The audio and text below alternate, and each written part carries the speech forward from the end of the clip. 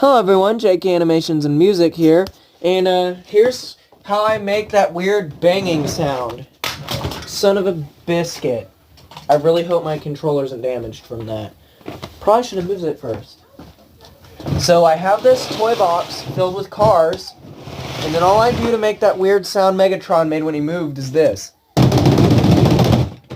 That's it. That's the whole video.